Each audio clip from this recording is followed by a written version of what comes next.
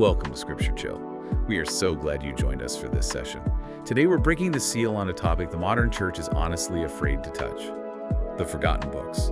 We're going deep into the lost years of Jesus, the childhood stories that were stripped from your Bible. We're talking miracles you've never heard of and a side of the Messiah that was kept in the shadows for centuries. So sit back, relax, and do us a huge favor. Hit that subscribe button and ring the bell so you don't miss a single episode of this series. Was this a holy curation or a historical cover-up? Let's get into it. I am so excited for this one. Yeah, I mean, this stack of sources you, the listener, provided for this deep dive is just incredible. We've got everything from historical analyses by scholars like Bart Ehrman to blog posts, Wikipedia pages, and even the translated ancient texts themselves. Right, the actual source material. Exactly. And our mission today is to explore these non-canonical texts. Specifically, we're looking at the Infancy Gospel of Thomas, the Arabic Infancy Gospel, and the Gospel of Nicodemus.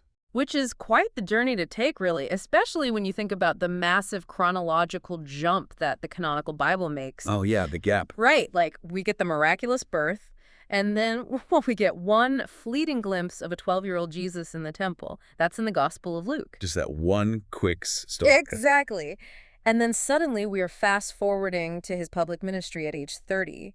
So we have nearly 3 decades of absolute silence. Just a total blank. Yeah, and these lost texts attempt to fill in those silent years. And this raises an important question. Why were early Christians so desperate to fill in these blanks? Right. And, what do these bizarre, honestly kind of unsettling stories actually tell us? Unsettling is putting it mildly, because reading these texts, it's just, wow. To really grasp the mindset of these early believers, we have to start with arguably the most shocking text in the stack you sent us. The Infancy Gospel of Thomas? Yes, the IGT, which dates all the way back to the mid to late 2nd century. And goes Jesus between the ages of 5 and 12. And it actually starts out somewhat innocently, doesn't it?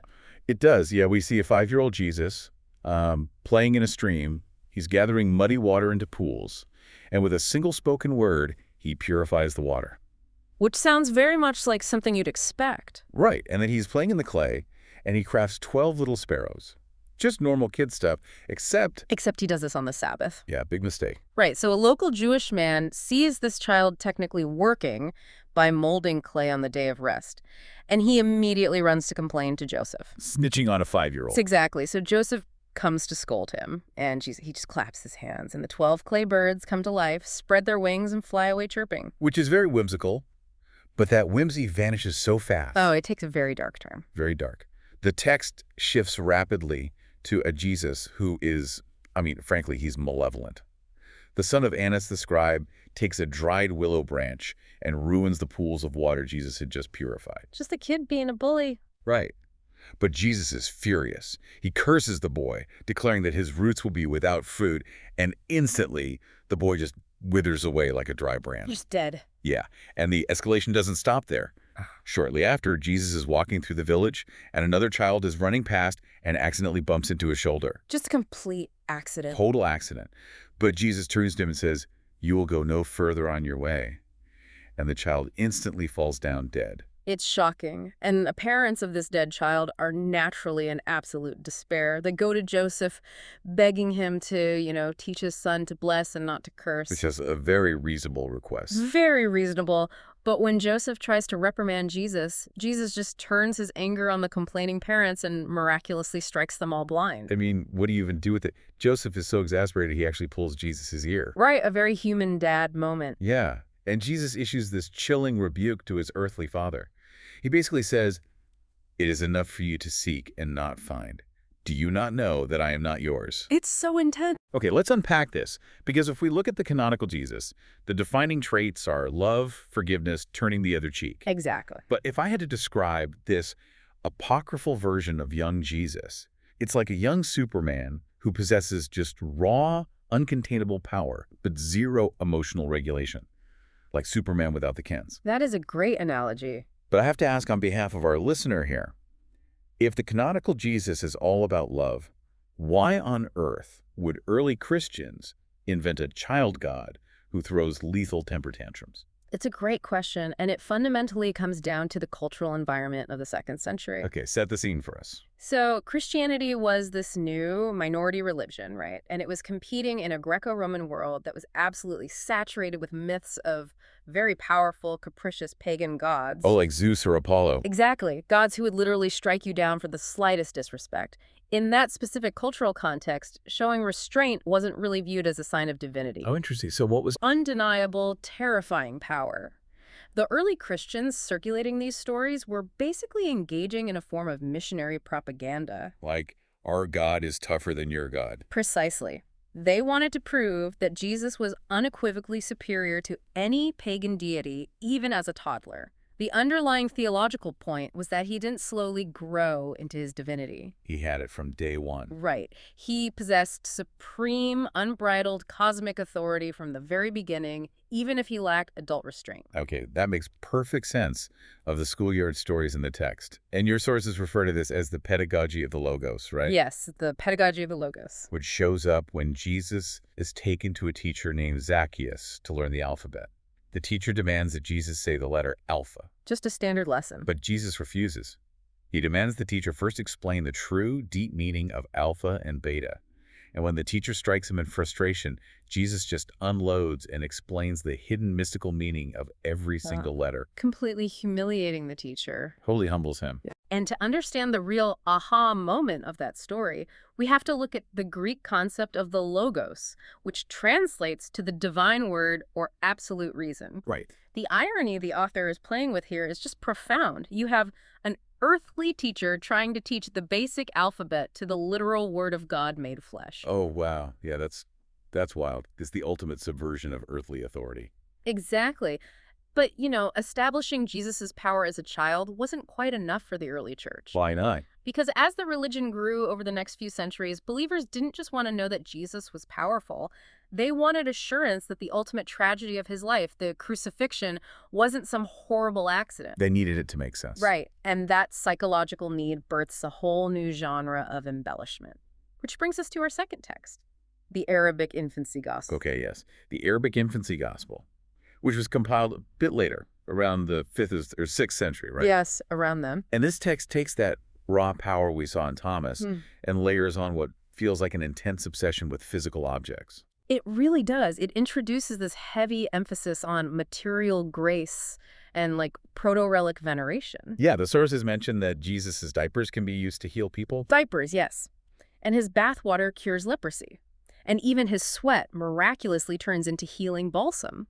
Which sounds so strange to modern ears. What's fascinating here is why this shift happens. By the 5th and 6th centuries, we are seeing the massive rise of the Byzantine relic trade. Ah, the context again? Right. The church was institutionalizing, and everyday believers felt this deep psychological need for physical objects to anchor their faith. They wanted a tangible connection to the divine. So the literature just naturally evolves to reflect that exact cultural desire. Exactly. They wrote what they needed. We also get this charming, almost sitcom-like domestic view of Jesus helping Joseph in the shop. The text notes that Joseph was actually, well, not a very skillful carpenter. Which is pretty funny to think about. Yeah, so whenever he would accidentally cut a bed frame or a door too short, Jesus would just reach out his hand and miraculously stretch the wood to the correct length. The ultimate apprentice. Seriously. But where this text really leans into his psychological purpose is the foreshadowing. Oh, the foreshadowing is heavy. It attempts to tie the beginning of the story directly to the end, leaving absolutely no room for coincidence.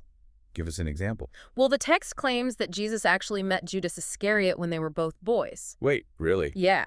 And in this narrative, young Judas is possessed by Satan.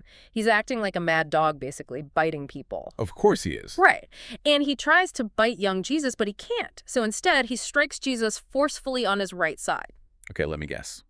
Jesus cries out, Satan flees, but the text aggressively emphasizes that this is the exact same right side that would later be pierced by a Roman lance. Oh, wow. That is incredibly on the nose. It continues too. Jesus and his family encounter 2 sleeping baby thieves in the desert. Baby thieves. Well, young thieves, named Titus and Dumachus. And Jesus predicts to Mary that in exactly 30 years, these exact 2 thieves will be crucified alongside him. It's just wild. And the influence of this text was huge, right? Like the story of the clay birds we talked about earlier actually made its way into the Quran. It did, yes. It had a massive reach. But here's where it gets really interesting, at least to me. Reading the Arabic Infancy Gospel feels exactly like reading ancient fan fiction. It really does. It's like the author watched the movie of Jesus' adult life and went back to write a prequel, making sure to awkwardly cameo every major character. Like, oh, look, there's baby Judas. And there are the thieves from the cross. Yeah, the cameos are not subtle. But if we look at the causality behind it, it's actually a brilliant coping mechanism. How so? Because these texts were devotional literature designed to solve existential challenges. By inserting these characters into Jesus' childhood, the authors are neutralizing the trauma of the crucifixion. Making it part of the plan. Exactly. They are proving to the early believers that the ultimate betrayal wasn't a tragic mistake. It was a divinely orchestrated plan set in motion from the crib. Nothing was left to chance. Which transitions us perfectly to the next massive void the early church needed to fill. Right. Because if the infancy gospels were written to fill the void at the beginning of his life, what about the voids at the end? Specifically, those mysterious 3 days between his death and his resurrection. Yes, the descent. To answer that, early Christians turned to our third text, the Gospel of Nicodemus. Also known as the Acts of Pilate. Correct, dating to the 4th or 5th century. Now, the first half is a highly sympathetic trial account from Pilate's perspective. Where Pilate is basically portrayed as secretly Christian. Yeah, exactly. But the second half is what really captured the cultural imagination. It covers the harrowing of hell. Okay, yes, the harrowing of hell. The text introduces 2 men, Lucius and Quirinus, who were supposedly raised from the dead. And they sit down and narrate exactly what happened when Jesus descended into Hades. Specifically to save the righteous figures of the Old Testament. And the imagery here is just incredibly vivid. It's extremely dramatic. Hades and Satan are personified, and they are actively arguing before Jesus even arrives. Satan is like bragging about killing Jesus, right? Yes, but Hades is terrified. He's sensing this massive cosmic mistake has been made, and then a voice like thunder demands the ancient doors of hell be lifted. And Jesus completely shatters them. He breaks them down entirely. One of the sources you provided actually described this moment as Jesus bursting into the underworld like the Kool-Aid Man. Which is a hilarious visual. It's so funny. But let's elevate that metaphor to understand the actual mechanism of what's happening. When he breaks those gates, it's not just an action movie sequence, is it? No, not at all. He is legally voiding the ancient contract of death. It's like a cosmic jailbreak, where the supreme judge himself is holding the sledgehammer, shattering these indissoluble spiritual chains. That is precisely the theological mechanism at work. He is completely overturning the jurisdiction of death itself. And the text does that fanfiction naming convention again, too. Oh, giving names to unnamed people. Yeah. The 2 thieves become Dismas and Gestas. The spear-wielding Roman soldier becomes Longinus. Right, but within the surviving manuscripts of the Gospel of Nicodemus, there is this fierce hidden debate regarding exactly who Jesus saved when he broke those gates. Yes, the manuscript debate. The Latin A versus Latin B manuscripts. This is where the history gets so rich. Tell them about it. So Latin A preaches absolute universal salvation, meaning Jesus empties out hell completely, everyone is saved. Right. But Latin B restricts that salvation strictly to the saints. And then Greek M is entirely ambiguous. Why did 5th century believers care so deeply about this distinction that they were actually altering manuscripts? Because it reflects a massive evolution in church doctrine over time. The Latin A manuscript represents an early, highly optimistic view of Christ's victory. That he just beat death for everyone. Exactly. That hell itself was rendered obsolete. But as the church grew into a powerful institution, theology began to tighten. It got stricter. Much stricter. The Latin B manuscript reflects a shift toward exclusivity and judgment, the idea that salvation has strict boundaries. Right. But regardless of which version they read, the core concept of the harrowing of hell solved a massive, pressing theological problem. Which was what happened to all the good people who died before Jesus. Exactly. People like Abraham or Moses who had the geographic and chronological misfortune of dying before the incarnation. Okay, so it was theology by other means. I have to ask a pointed question on behalf of our listener, though. Go for it. If the Gospel of Nicodemus is entirely non-canonical and made up centuries later, why is its theology so deeply embedded in Christian tradition today? I mean, the harrowing of hell is literally in the Apostles' Creed. That is the million-dollar question, and the answer is that the idea was simply too comforting, too dramatic, and too theologically useful for the culture to let go of. It just worked too well. Exactly. Even if the institutional church rejected the physical book as a historical document, they absorbed the idea because it perfectly answered the anxieties of the early believers. Which brings us back to the ultimate question you, the listener, wanted us to solve today. The big one.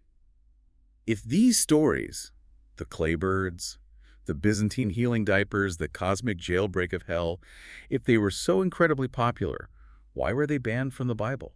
Was there a malicious cover-up? To get to the truth here, we first have to thoroughly debunk a very popular myth. The Da Vinci Code myth. Yes.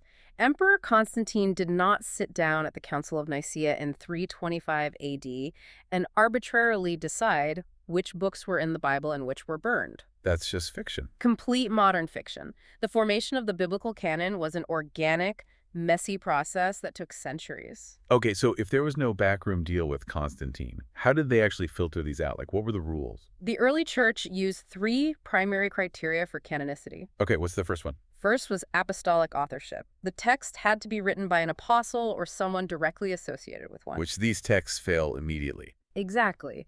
These infancy gospels were written centuries too late. So claiming Thomas or Nicodemus wrote them, well, they were known, obvious forgeries. And your sources mention the Gospel of Matthias as another example of a text excluded due to authorship doubts, right? Yes, exactly. So that's criterion 1. The second criterion was orthodoxy. Meaning the theology had to align with core established teachings. Right. And this is where the Infancy Gospel of Thomas spectacularly fails. The petulant, violent child God who murders his playmates totally contradicted the mature, peaceful Jesus of the Gospel of Luke. It's just a completely different character. Totally different. And the third criterion was widespread church usage. Was the text universally recognized across the entire Christian world? From Rome to Egypt to Syria. Exactly. These apocryphal texts were often wildly popular in specific local regions, but they lacked universal acceptance. And church leaders weren't really secretive about this, were they? Not at all. As early as 180 AD, prominent figures like Irenaeus of Lyons were openly attacking these texts. He called them spurious and heretical forgeries, I believe. He did. But it took a long time for that to become official law. You don't really see a formal catalog and ban until the Gelasian decree in the 6th century. Why did it take so long to officially ban these apocryphal books? If we connect this to the bigger picture, the 6th century represents a fully institutionalized church.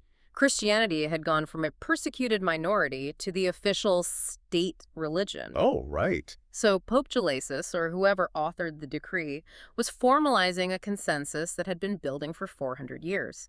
A state religion requires a standardized, unified canon. They just couldn't afford the theological chaos anymore. Exactly. But even today, the academic world is fiercely split on how to view this whole process. Right. Your sources highlight the debate between scholars like Bart Ehrman and Michael Kruger, and their perspectives are completely night and day. They really are. Bart Ehrman champions the concept of lost Christianities. He argues these texts represent a vibrant ecosystem of diverse beliefs that were suppressed by a centralizing orthodox power. So he sees it as a loss of diversity. Yes. Conversely, scholars like Michael Kruger argue the exact opposite. He says these books weren't kicked out of the Bible because they were never truly in to begin with. Ah, so they were always on the fringe. Right. Kruger argues they simply lacked historical credibility from day one, and early Christians knew it. So what does this all mean? Listening to the mechanics of how this happened, it sounds less like a smoky backroom conspiracy by the Vatican to hide the truth, and more like an ancient version of quality control. Quality control is a great way to put it. They were weeding out the fan fiction to protect the core biography. Exactly. These texts weren't hidden away. They were just recognized by early Christians as lacking historical weight. Yet their survival proves how desperately everyday believers wanted to connect with the human and divine mystery of Jesus. It really does. And before we wrap up, I want to leave you with one final thought to mull over. What if we stopped looking at these forgotten books as failed scriptures and instead viewed them as a mirror? Oh, I like that. A mirror. Yeah. They reflect the profound anxieties, desires, and imaginations of early people who are trying to comprehend the collision of the divine and the human. even in their weirdness, they tell us exactly what the early Christians were afraid of and what they hoped for. That is such a powerful perspective. So was the early church protecting the faith, or were they hiding the truth? We want to hear from you. Drop your thoughts in the comments below. And here's a challenge for you. Next time you're hanging out with your friends, tell them what you learned today and see what they think. Let's get these conversations started. Don't forget to hit that subscribe button and ring the bell so you're the first to know when the next episode drops. This has been Scripture Chill. Stay curious, stay chilled. Peace and God bless.